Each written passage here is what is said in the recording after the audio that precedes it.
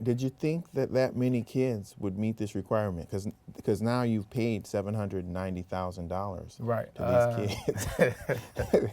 I was hoping that. No, I'm joking. I didn't. I was prayerful. I was hoping so. But and just think about it. I didn't think that many kids would really reach the goal. And it's not only how they reached the goal, all of them far superseded that 2.5 in those 15 hours of community service. For all of them were in the 3.0 range. Some of them passed the 4.0 range. So I mean, it was amazing that the results that we got. And that's coming out of the situation in Cleveland, which is a real dismal graduation rate, Exactly. particularly for black kids and Hispanic kids. At the time when we started the initiative, they were third lowest in the country. So I have to go back and do my due diligence on where they are now. But hopefully with the program, we helped out a little bit. But to get that kind of turnout for 100 kids, 79 kids, and some kids moved out of Cleveland. So it wasn't even just that they didn't finish. They may have finished other places and just lost contact with us. But 79 out of 100, I mean, that's pretty darn good. I'm sure you didn't anticipate when you made that $1 million commitment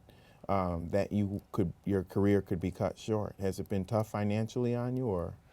You know what? The commitment and endowment was actually made back in '06, and then it was followed through this year. So the commitment is taken care of, and it hasn't taken out of my pocket enough for me to be hurting. But at the same time, it teaches you how to budget. As you get older, you realize you do dumb things when you're young, professional, young with money.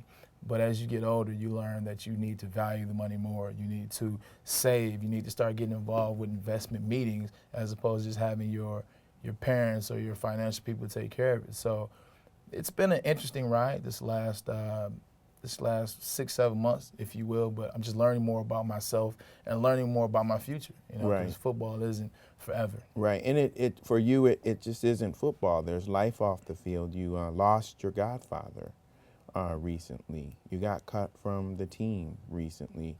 It seems like it would be one of the most difficult periods of your life right now, but you seem to be responding pretty well. My mother is my strength. She's my rock, as well as my stepfather, and they're always around me. They're constantly giving me good advice. They're constantly telling me, what a real man is and how you respond in times of adversity. So, it definitely hit hard when I got cut, first time ever.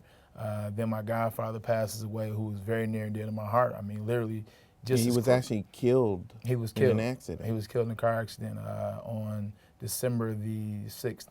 And that was actually the day I was having surgery. So from getting cut to having surgery, found out my godfather's died, or had died.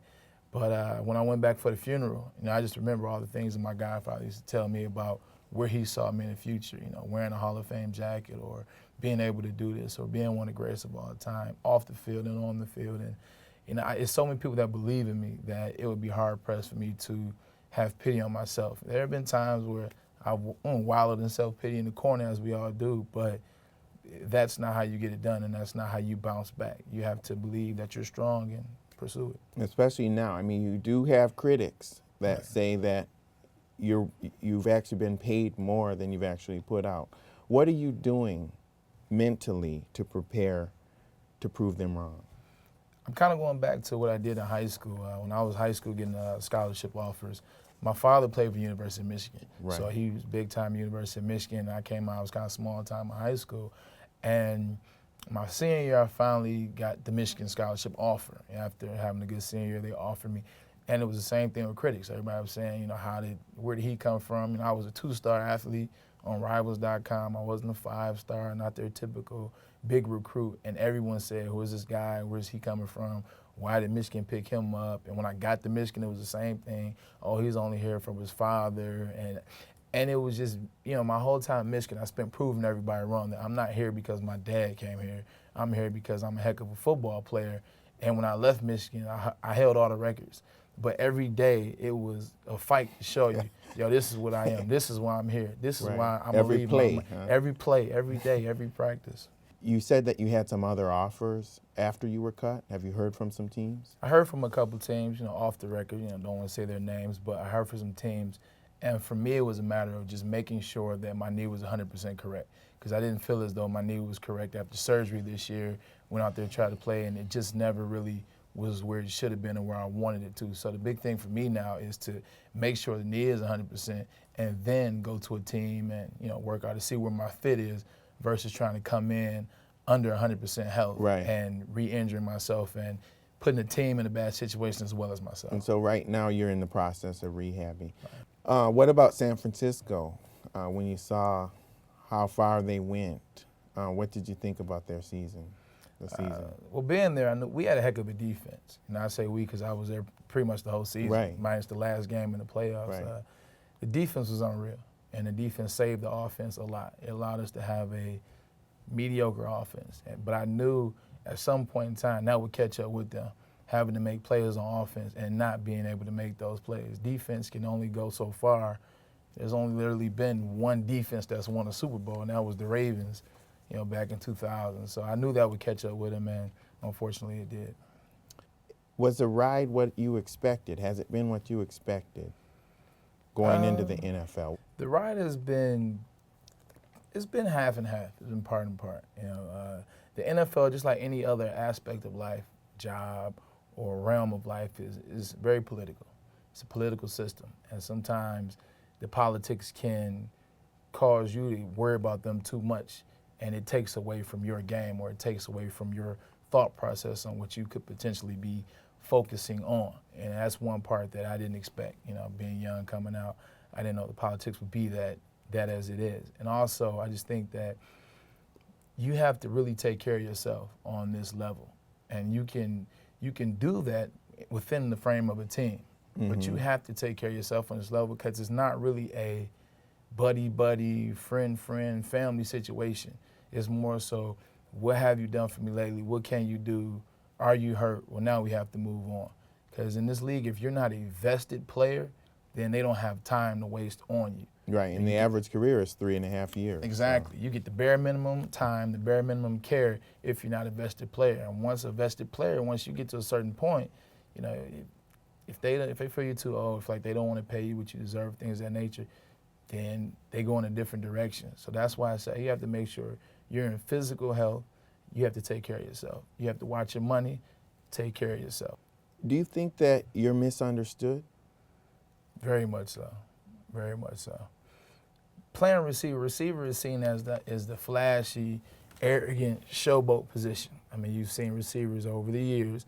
Randy Moss, Terrell Owens. That have done, but you're naming potential Hall of Famers. Right. But with the exception, they've done things that people have said, oh, they're me guys. And I feel like I walked into the league under that cloud. Oh, he's the next flashy guy, and that's not the case. A lot of times, we're in there doing the dirty work. We're blocking guys and doing this, that, and the third, doing things that people don't see. And so when anything happens outside of a touchdown, be it off the field, be it on the field, then people get to start pointing fingers. I told you this guy was this, that, and the third. And it's just really just enhancing the stereotype further. And now it becomes not a stereotype, not a perception, it becomes reality. Right. And you mentioned off the field, you were involved in a high-profile fight. You got a DUI in 2010. When you were sitting in the car, when you were going through that process of being booked, given your background and where you've come from and your family and all of those things, what was going through your mind? To be honest, literally factually honest, I was, at that time, I was very upset with how that particular situation played out. Because I feel as though, I was in the wrong regardless. I was in the wrong.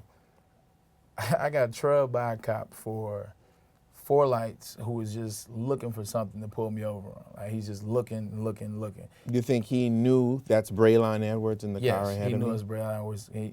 How do you know that? Because I saw the cop following me for 4 lights. I saw when I made the first right onto the West Side Highway, I saw him turn with me, turn into another lane. After 1 light, he came over 1 lane. After the next light, he came behind me. And after the last light, he pulled me over. He pulled me over at 4 in the morning for tint. He pulled me over 4 in the morning for tinted windows. And before he even finished why he pulled me over, it became a whole thing about what he smelled in the car or what he believed So, long story short, I was in the back of that car and I said, I mean, this is another situation that's going to come out and it's going to jab at my character or diminish who I know I am and who my parents raised me to be. And now how do I bounce back from this situation? Were you mad at yourself in those moments? Yes and no. Yes and no. Yeah, I was not mad at myself in the sense that I was not intoxicated. And that showed in the video that I had to do and showed in everything else, my awareness. But I was mad at myself for even being in this situation. You know, because I've been in New York. I always use a car service. And this is one time, the only time I didn't use one. Well, and that's really the thing that I Right. think people in the public wonder, not just about you, but in general with NFL athletes. When you go in the process, you know that you're under a microscope. Right. Why don't people always use a car service? Because I don't think it starts off that way. Like for the situation when people get in trouble, sometimes people just don't care. Sometimes people are, I mean, you see the videos, you hear the things they did surrounding that instance, and you're like, yeah, this guy, he just was wilding out. And then there are other times where guys get pulled over and it's a happenstance type of a situation. Like I've been in New York using the car service. I actually use the same guy, Tito, who all the celebrities and stars know. Tito's a real good guy.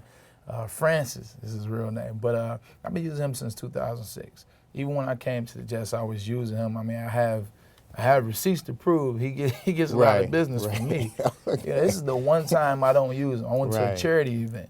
I'm going to Jericho Country, a teammate's charity event, and then went from charity event to dinner. It ended up turning into a long night, but the night wasn't a party night. It wasn't we're going ham, we just won a Super Bowl type of a night. It just was a long night, bouncing from venue to venue. And so I figured, I mean, I knew I wasn't intoxicated, if you will, by any means. But to your point, What did you blow in the test? 0.14 or So it's .08, right? it's past .08. Okay, Yeah. so you were intoxicated. No, I wasn't intoxicated. Like in my eyes, intoxication is when you no longer have control over your senses. Okay, so you were over the legal limit Yes. for driving, Yes. but you feel that you were still in control of Yeah, yourself. I definitely was in control because, like I said, he followed me for 4 lights and nothing. He pulled me over and was swerving, speeding, erratic driving, running lights, or stop and go. He pulled me over for tinted windows. So it's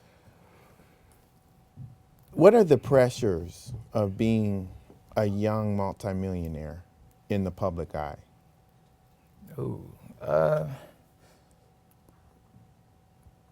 everybody's waiting for you to mess up, you know. And I mean, that's easy to say. Everybody's waiting for you to mess up. It's like, all right, so don't mess up.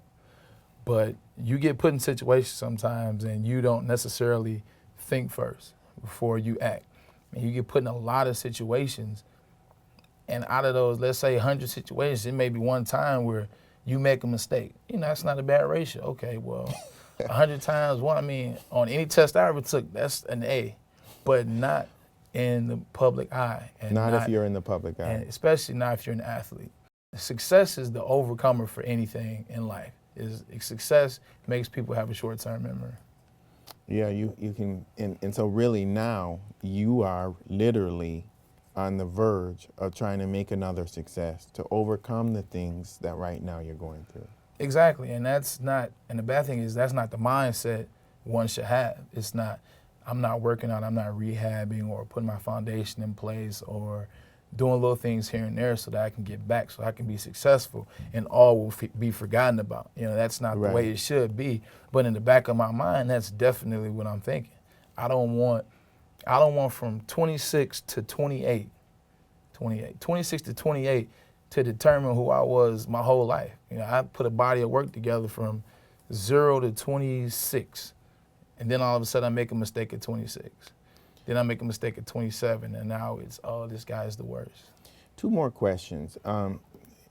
All of these things that we talked about that have been problematic for you in the public eye, and then the positive things that you've done, giving over $1 million to charity. Do you feel that the public recognizes all of it? The majority of the public doesn't. Because I won't say no, because there are a lot of people out there that have just seen me on the streets and said, hey man, what you did for those kids is very commendable. And it touches me, because that's it's not what you're going for, but it's good to hear. It's good to hear somebody appreciates what you've done. But at the end of the day, the public thrives on negativity. It's just kind of is. Like a story about an athlete, doing a charity event doesn't hold a candle to an athlete, getting a DUI. It's people love the negativity. I mean, they don't want it to happen, but for them it's huge news and they thrive on it. It's like another chance to say, oh, okay, look, there they go again. Versus, I mean, you can tell that really frustrates you. it does, because it shouldn't be that way. People, I think the big thing for athletes is we're human, just like the guy that works at Safeco, or the guy that works at McDonald's. We're human. We're the same people. We just happen to be in the light, and we happen to make money. And we know that comes with the territory, so we're not sitting here complaining. But it just sucks that we are human too, but we get held to that superhero, like a standard, the superhero standard. Like you wouldn't expect Superman to do any of these things. What are you expecting to do in your post-career? I don't know. My mom asks me that all the time. Like my mom, literally, that's her question. Is that something you thought about going into your career? I did, and the things I started off wanting to do, I'm not sure if I wanted to go into it. I used to talk to Joe Dumars a lot when I was younger, when I first came in the league. Joe Dumars Technology, they're liquidators, and they're manufacturers, and they buy windows and sell windows to Ford, to GM, off the plant. And that was one thing that really interests me, and I was thinking about doing that. And that's still something in the back of my mind. Okay, Braylon Edwards, we will continue to watch you as you go further with your journey, and hope to see you picked up by an NFL team going forward. I appreciate that.